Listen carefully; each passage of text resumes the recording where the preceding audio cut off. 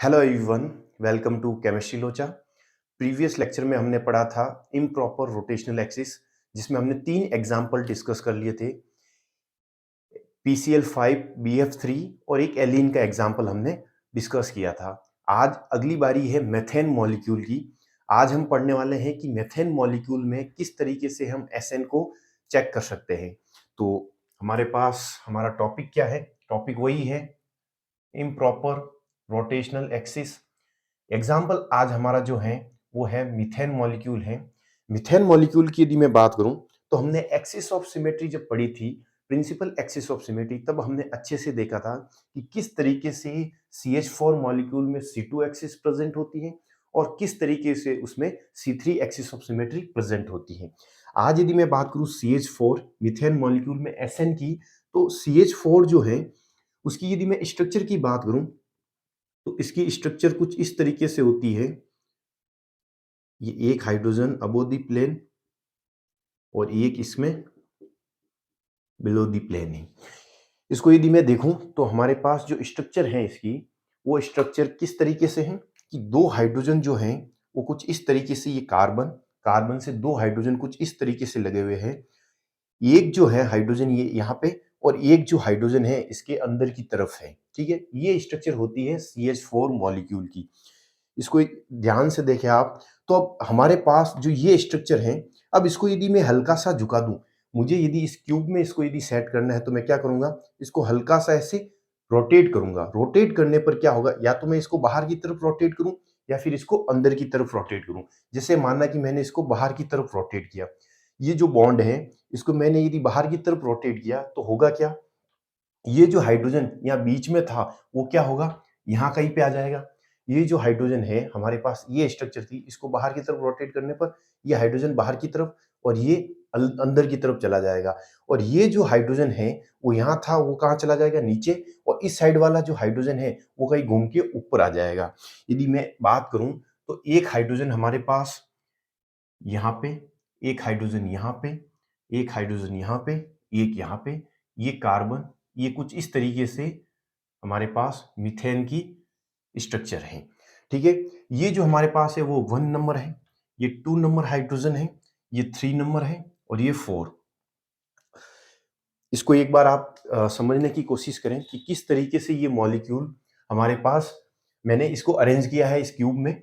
हमारे पास जो दो बॉन्ड थे, ये जो दो बॉन्ड थे, इसको हल्का सा झुकाने पर आप देख सकते हैं कि ये जो हाइड्रोजन है ये है H1 और ये जो H2 है। और ठीक इसी तरीके से मेरे पास ये जो दो थे, इसको झुकाने पर ये इस तरीके से हो गए। तो ये जो ब्लैक वाला H3 और ये जो रेड मार्कर वाला है वो H4 मॉलिक्यूल है। यहाँ तक किसी को दिक्कत नहीं होनी चाहिए। ये हमारे पास मीथेन मॉलिक्यूल है। ठीक है, इसको हल्का सा इस एक्सिस के अलोंग ऐसे रोटेट करने पर हम इसको क्यूब में अरेंज कर देंगे, क्यूब में इसको सेट कर देंगे। अब यदि मैं बात करूं कि यहां से हमने एक्सिस ऑफ सिमेट्री जब पढ़ी थी, प्रिंसिपल एक्सिस ऑफ सिमेट्री, तब हमने देखा था कि इसमें C3 एक्सिस कैसे निकालते हैं, C2 एक्सिस कैसे निकालते हैं। लेकिन आज हम पढ़ रहे हैं SN, इम्प्रॉपर रोटेशनल एक्सिस। तो उसमें क्या है कि यदि मैं यहां से एक इमेजिनरी एक्सिस पास करूं, कैसे, ये जो नीचे वाली फेस है और ये जो ऊपर वाली फेस है, इससे होते हुए, कार्बन से होते हुए एक इमेजिनरी एक्सिस पास करूं और इसको इसको 90 डिग्री से रोटेट करूं। ध्यान रखें, जब हम प्रिंसिपल एक्सिस काउंट कर रहे थे या फिर जब भी हम प्रिंसिपल एक्सिस चेक कर रहे थे या फिर सब्सिडरी एक्सिस चेक कर रहे थे, तब इसको 180 से रोटेट कर रहे थे। 180 से रोटेट करने पर क्या हो रहा था, ये H1 जो है वो रोटेट होके H3 की पोजीशन ले रहा था। H3 जो है वो रोटेट होके H1 की पोजीशन ले रहा था। कब? जब हम इसको 180 से रोटेट कर रहे थे। लेकिन अब हम इसको 90 डिग्री से रोटेट कर रहे हैं। 90 डिग्री से रोटेट कर रहे हैं तो होगा क्या, ये जो हाइड्रोजन है वो घूम के कहीं यहां चला जाएगा, इस कॉर्नर पे। भाई 180 पे पूरा इसके ऑपोजिट जा रहा था, तो 90 पे इसका आधा जाएगा। ये H3 मॉलिक्यूल है या फिर H3 एटम है, वो घूम के यहां आ जाएगा।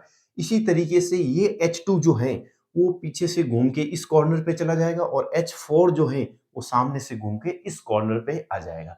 यदि मैं यहां इसको रीअरेंज करूं वापस, तो क्या क्या मैंने, H1 जो था वो घूम के कहीं यहां चला गया, H3 यहाँ पे था वो घूम के कहीं यहां आ गया, ये कार्बन अपना एज इट इज, H2 जो था वो घूम के कहीं पे यहाँ आ गया और यहाँ पे H4 था वो घूम के कहीं पे यहाँ पे आ गया। तो हमारे पास मीथेन मॉलिक्यूल की ये स्ट्रक्चर बनी जब हमने इसको 90 डिग्री से रोटेट किया, ठीक है। अब इसको 90 डिग्री से रोटेट किया तो हमारे पास ये स्ट्रक्चर मिल गई। ये स्ट्रक्चर और ये स्ट्रक्चर आपस में इक्विवेलेंट नहीं है। इसका मतलब इसको हम 90 डिग्री यानी हम C4 मतलब ये नहीं कह सकते कि इसको 90 डिग्री से रोटेट करने पर हमारे पास यहाँ पे एक C4 यानी C4 principal axis C4 axis of symmetry present है। ये हम नहीं कह सकते, क्यों? क्योंकि ये दोनों स्ट्रक्चर आपस में इक्विवेलेंट नहीं है। अब यहां से इस एक्सिस के अलोंग मैंने इसको 90 डिग्री से रोटेट किया। ध्यान से देखिए आप, इस एक्सिस के अलोंग। अब इस एक्सिस के अलोंग रोटेट किया तो इसका परपेंडिकुलर प्लेन कहां होगा? इसका परपेंडिकुलर मैं प्लेन कहीं यहां से पास करूंगा। मैंने बार बार बोला है कि परपेंडिकुलर प्लेन जो है मॉलिक्यूल के सेंटर में से भी हो सकता है, यहां से भी पास करवा सकते हैं, यहां से भी पास करवा सकते हैं, आपकी जहां मर्जी हो वहां पास करवा सकते हैं। यदि मैं यहां से एक इसका ऐसा समझ लो आप कि मैं एक मिरर लाके रख दूं तो इसकी मिरर इमेज क्या बनेगी? ध्यान से देखें आप कि यहाँ जो कार्बन है, इस कार्बन के या फिर इस मेथेन मॉलिक्यूल के नीचे यहाँ पे मैं इसके परपेंडिकुलर एक प्लेन लगा दूं तो मेरे पास क्या स्ट्रक्चर बनेगी? कार्बन तो कार्बन की जगह रहेगा। हमारे पास ये जो H4 और H2 है, वो H4 कहाँ कहीं यहाँ पे बन रहा होगा H4, H2 जो है इस कॉर्नर पे बन रहा होगा, H1 जो है वो कहीं इस कॉर्नर पे बन रहा है और H3 जो है वो कहीं इस कॉर्नर पे इसका रिफ्लेक्शन होगा। ध्यान से देखें आप, मैंने हालांकि ये यहाँ बना दिया, ये यहाँ होता, ये बॉक्स यदि मैं क्यूब यहाँ बनाता तो और आसानी हो जाती समझने में कि हमारे पास जो H2 है वो रिफ्लेक्ट होके कहाँ, H2 इसके नीचे ही तो रिफ्लेक्ट होगा, H4 इस कॉर्नर पे रिफ्लेक्ट होगा। इसको आप इस बॉक्स को यहाँ लेके आ जाओ और समझने की कोशिश करो कि H2 यहाँ रिफ्लेक्ट हो रहा है, H4 यहाँ रिफ्लेक्ट हो रहा है, H3 यहाँ पे रिफ्लेक्ट और H1 यहाँ पे रिफ्लेक्ट। तो हमारे पास मीथेन की कुछ ये स्ट्रक्चर मिलती है। अब ध्यान से इस स्ट्रक्चर को और इस स्ट्रक्चर को आप ध्यान से देखें। कार्बन कार्बन की जगह H4 H4 H1 की जगह क्या आ गया? H4 आ गया। एटम का नंबर भले ही अलग हो लेकिन हमारे पास है तो हाइड्रोजन एटम ही। तो इसका मतलब यहाँ पे H2 है और यहाँ पे H3 है, तो यहाँ पे भी हाइड्रोजन की जगह हाइड्रोजन आ गया। H4 और H2 की जगह H3 व H1 आ गया। इसका मतलब इस स्ट्रक्चर को उठा के यदि मैं इसके ऊपर रखूं तो हाइड्रोजन एटम से ओवरलैप होंगे, कार्बन एटम कार्बन से। इसका मतलब ये दोनों स्ट्रक्चर आपस में कैसी है? इक्विवेलेंट स्ट्रक्चर है। इसको यदि मैं नाम दे दूं फर्स्ट, इसको यदि मैं नाम दे दूं सेकेंड स्ट्रक्चर, इसको नाम दे दूं यदि मैं थर्ड स्ट्रक्चर, तो मैं कह सकता हूं कि फर्स्ट और थर्ड स्ट्रक्चर आपस में इक्विवेलेंट है। इसका मतलब हमने इसको 90 डिग्री से रोटेट किया, उसके बाद एक हमने परपेंडिकुलर प्लेन पास किया, तो मैं कह सकता हूं कि इसमें एक S4 प्रेजेंट है। एक S4 तो हमने यहां से चेक कर ली। ये भी तो हो सकता है कि किसी भी मॉलिक्यूल में एक से ज्यादा S4 हो। तो इसमें क्या है कि हमने जब देखा कि यहां से एक इमेजिनरी एक्सिस पास करते हैं, इमेजिनरी एक्सिस पास करके 90 डिग्री से रोटेट करवाने पर और उसके बाद एक परपेंडिकुलर प्लेन पास करने पर एक S4 मिलती है, तो एक इमेजिनरी एक्सिस यहां से भी तो पास हो सकती है। या फिर इस तरीके से हम समझ सकते हैं कि हमारे पास दो जो फेस हैं उस फेस से एक S4 मिलती है। तो हमारे पास ऐसी ऐसी कितनी फेस है? हमारे पास टोटल 6 फेसेस है। तो हमारे पास टोटल नंबर ऑफ S4 कितनी होगी? 3S4 हमारे पास प्रेजेंट होगी। इस एक्सिस के अलोंग यदि 90 डिग्री से रोटेट करूं तब भी हो जाएगा। एक एक्सिस यहां से पास करूं, ये सामने वाली फेस और पीछे वाली फेस के अलोंग यदि मैं एक एक्सिस पास करके इसको रोटेट करके परपेंडिकुलर प्लेन पास करूं तो मेरे पास एक S4 यहाँ से भी प्रेजेंट होगी। या फिर ऐसे समझ में नहीं आ रहा तो हम ये कह सकते हैं कि दो फेस है हमारे पास, उस दो फेसेस से हमारे पास एक S4 प्रेजेंट है, तो हमारे पास 6 फेस है तो हमारे पास 3S4 प्रेजेंट होगी। तो ये था हमारे पास मीथेन मॉलिक्यूल। तो बिल्कुल इंपॉर्टेंट एग्जाम्पल है ये भी।